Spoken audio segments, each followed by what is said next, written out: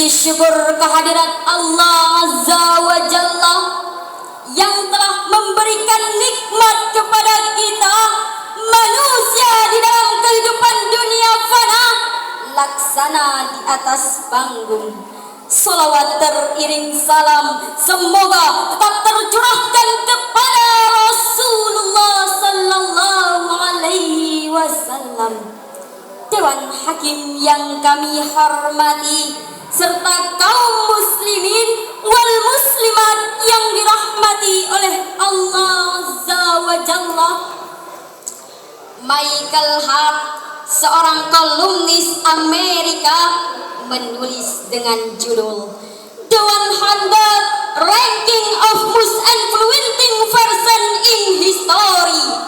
Artinya 100 tokoh besar yang paling berpengaruh di sepanjang sejarah peradaban manusia. Termasuk di dalamnya ada Adolf Hitler, pencetus gerakan Nazi Jerman, Mahatma Gandhi, pencetus gerakan Satyagraha India, Julius Caesar, pencetus gerakan Vini Vici dan tokoh-tokoh besar lainnya. Ternyata dari sederetan tokoh tersebut, Michael Hart menempatkan baginda Rasulullah sallallahu alaihi wasallam pada urutan yang pertama sebagai tokoh yang sangat berpengaruh di sepanjang sejarah peradaban manusia, sehingga kebesaran beliau diabadikan di dalam ensiklopedia Britannica sebagai the most successful of all prophets and all religious personalities, sebagai pemimpin yang paling sukses di antara para nabi, sebagai pemimpin yang paling sukses di antara para pemimpin agama dan para pemimpin lainnya dalam membangun peradaban manusia sedunia. Hadirin, mengingat betapa pentingnya meneladani sikap dan sifat Nabi Muhammad tersebut, khususnya dalam membentuk peradaban masyarakat madani, maka kepemimpinan dalam konsep Al-Quran dengan meneladani kepemimpinan Rasulullah adalah tema yang akan kita bicarakan pada kesempatan kali ini dengan landasan Al-Quran surah Al-Jumu'ah ayat 2 yang akan dilantunkan oleh saudari kami sebagai berikut ini. A'udzu billahi minasyaitonir rajim.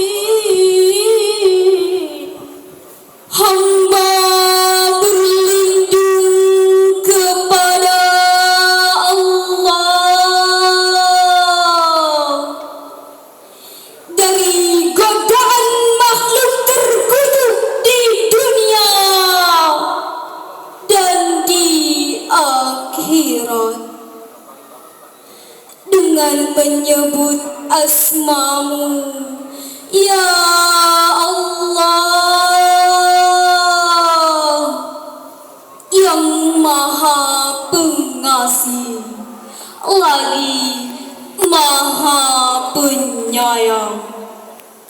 Dialah yang telah mengutus kepada kaum yang buta huruf seorang rasul di antara mereka yang membacakan ayat-ayatnya kepada mereka, mensucikan mereka, dan mengajarkan kepada mereka kitab dan hikmah as-sunnah. Dan sesungguhnya mereka sebelumnya benar-benar dalam kesesatan yang nyata. Dewan Hakim yang kami hormati serta kaum muslimin wal muslimat yang dirahmati oleh Allah Azza wa Jalla, Dr. Muhammad Sulaiman Al-Asqari dalam Zubdat At-Tafsir min Fat Al-Qadir Al-Ummiyin, maksudnya kondisi bangsa Arab yang sebagian besar bukan saja tidak tahu membaca dan menulis, tetapi tenggelam dalam kehidupan jahiliyah secara total. Kebobrokan moral merajalela dalam bidang sosial, marak mabuk-mabukan, dalam bidang pemerintah, etnis dan golongan yang dikedepankan, dalam bidang hukum muncul law of general equality of people, hukum rimba menjadi peradaban. Orang kaya memangsa yang miskin, orang pintar memangsa yang bodoh, orang kuat menghantam yang lemah, bahkan yang paling mengerikan, martabat wanita diinjak-injak dan dihina, sehingga setiap lahir bayi wanita dikubur hidup-hidup, tak peduli terdengar jerit, pangit, tangis bayi di dalam tanah. Na'udzubillahi min dzalik. Kita lihat kehancuran Orde Baru terjadi, desakralisasi kekuasaan yang melahirkan pemimpin yang pengah, berjiwa gagal, bermental dajjal, berjiwa tupai, bermental keledai, berjiwa raksasa, bermental gorila yang menerkam, menyiksa dan memangsa rakyat jelata. Akibatnya kita lihat Rumania ketika dipimpin Nikolaus Ceausescu, pemimpinnya foya-foya tapi rakyatnya sengsara.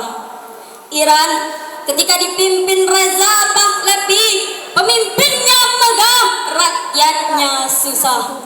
Perancis ketika dipimpin Louis XVI dan Ratu Maria Antoinette, pemimpinnya makmur, rakyatnya hancur tersungkur. Demikian pula Orde Baru hadirin, pemimpinnya paling rendah naik BMW, rakyatnya paling mewah naik BMM. Apa itu? Alias bemo hadirin. Saudari pensyarah, saya ingin bertanya. Ya, silahkan. Apa itu, saudari? Bagaimanakah sikap Rasulullah dalam membangun peradaban masyarakat madani? Ya, bagaimanakah strategi Rasul bisa sukses membangun peradaban dunia? Ingin tahu jawabannya? Ya, kami ingin tahu jawabannya. Betul ingin tahu? Betul sekali, saudari pensyarah.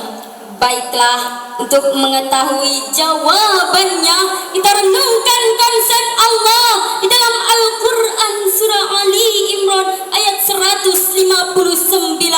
Silahkan saudari lantunkan.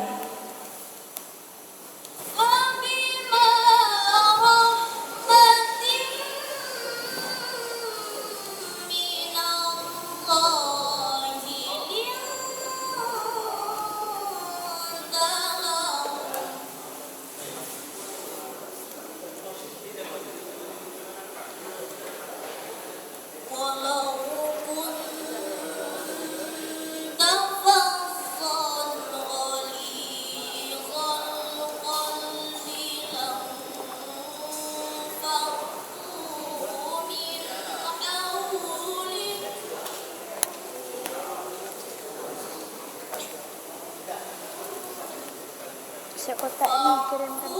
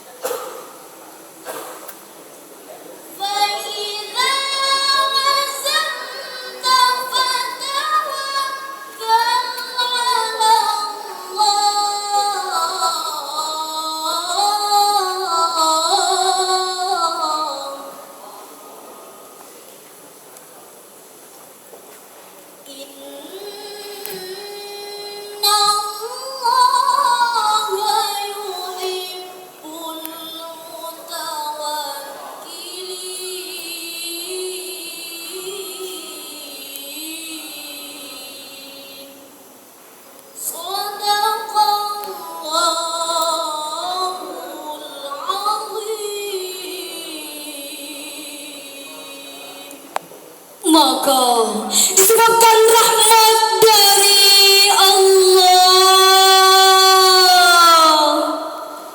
kamu berlaku lemah lembut terhadap mereka.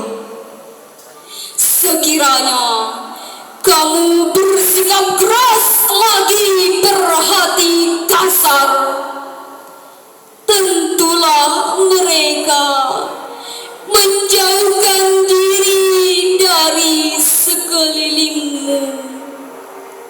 Karena itu, maafkanlah mereka, mohonkanlah ampun bagi mereka, dan bermusyawarahlah dengan mereka dalam urusan itu. Kemudian, apabila kamu telah membulatkan tekad, maka bertawakallah kepada Allah. Sesungguhnya Allah menyukai orang-orang yang bertawakal kepadanya. Maha benar Allah dengan segala firman-Nya. Dewan Hakim yang kami hormati, serta kaum muslimin wal muslimat yang dirahmati oleh Allah Azza wa Jalla. Sebelum kami melanjutkan syarahan pada kesempatan kali ini, apakah hadirin paham maksud ayat tadi? Atau kalian paham maksud ayat tersebut? Tidak, saudari pensyarah. Dan apa hubungan pertanyaan kami dengan ayat yang kami bacakan tadi, saudari pensyarah? Benar ingin tahu? Benar sekali, saudari pensyarah. Baiklah, jawabannya kenapa Rasul bisa sukses dalam membangun peradaban masyarakat madani. Dan hubungan ayat tersebut adalah terdapat 5 akhlak pemimpin yang dicontohkan Rasulullah sallallahu alaihi wasallam. Yang pertama, lintalang dengan sikap lemah lembut dapat menunjukkan keluhuran budi, bisa menarik simpati lawan dan memberi segan bagi semua lawan. Yang kedua, sifat Rasul tidak bengis dan tidak berlaku kasar, karena pemimpin yang berjiwa kotor niscaya akan diktator. Yang ketiga, fa'fu anhum, pemaaf, wastaghfir lahum, yakni mudah memberi ampunan bagi orang-orang yang bersalah. Yang keempat, wasyawirhum fil amri, Rasul sangat senang bermusyawarah, tidak otoriter dan siap dikritik ketika keliru. Dan yang kelima, beliau memiliki komitmen, fa iza azamta fatawakkal 'ala Allah. Setelah memantapkan planning dalam suatu kegiatan, lalu bertawakal kepada Allah Azza wa Jalla. Paham dan jelas semua hadirin? Bagaimana saudariku? Paham? Alhamdulillah kami faham saudari pensyarah. Alhamdulillah. Abu A'la Al-Maududi dalam The Prophet Islam mengatakan, He is the only one example where excellence have been blended in one personality. Nabi Muhammad adalah satu-satunya contoh terlengkap. Semua keunggulan terkumpul dalam diri seorang pribadi. Demikian pula hadirin, kebesaran beliau dibuktikan dalam sejarah. Beliau hidup dalam keadaan miskin. Allah menawarkan berbagai kesenangan material, harta, tahta, wanita, bahkan Jabal Uhud siap jadi emas. Beliau menjawab, Iza ya Rab, la arda liwahidin min ummati finnar. Kalau demikian ya Allah, apapun yang Engkau berikan kepadaku, tidak satu pun yang menyenangkan hatiku, kalau saja satu umatku yang masuk neraka. Allahu Akbar. 18 ya. Hadirin, ini bukti sikap pemimpin sejati yang berorientasikan umat. Dewan Hakim yang kami hormati, serta kaum muslimin wal muslimat yang dirahmati oleh Allah Azza wa Jalla. Sebelum kami mengakhiri syarahan pada kesempatan kali ini, dapatlah kami tarik sebuah konklusi atau kesimpulan bahwasanya pembangunan di negara kita ini hanya akan bergulir dengan baik jika dalam mekanisme pembangunannya mencontoh kepribadian Rasulullah Sallallahu Alaihi Wasallam. Dan tidak lama lagi kita akan memilih Presiden Republik Indonesia. Kita tidak ingin figur-figur pemimpin kita hanya haus kursi, pangkat, jabatan, dan popularitas. Karena kalau pembangunan kehilangan figur tak ubahnya, laksana anak ayam yang kehilangan induknya. Tak tahu ia harus melangkah kemana.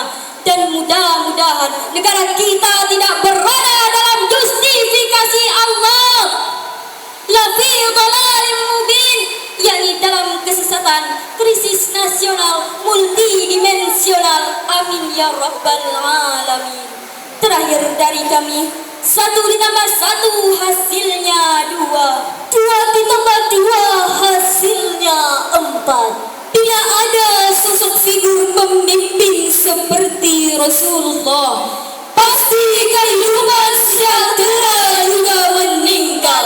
Di kota Mekah ada buah namanya kurma, sunnah dimakan, enak dan banyak digemari. Dewan Hakim yang arif dan bijaksana, pilihlah kami untuk masuk ke final nanti. Beli buah rambutan, langsat sama duren, membelinya di kota Denpasar, Bali. Jika Dewan Hakim lupa siapa yang tampil paling keren, ingatlah saja model lucu itulah kami, orang mu'alaf belajar mengaji. Mohon maaf dan terima kasih. Wallahul muwaffiq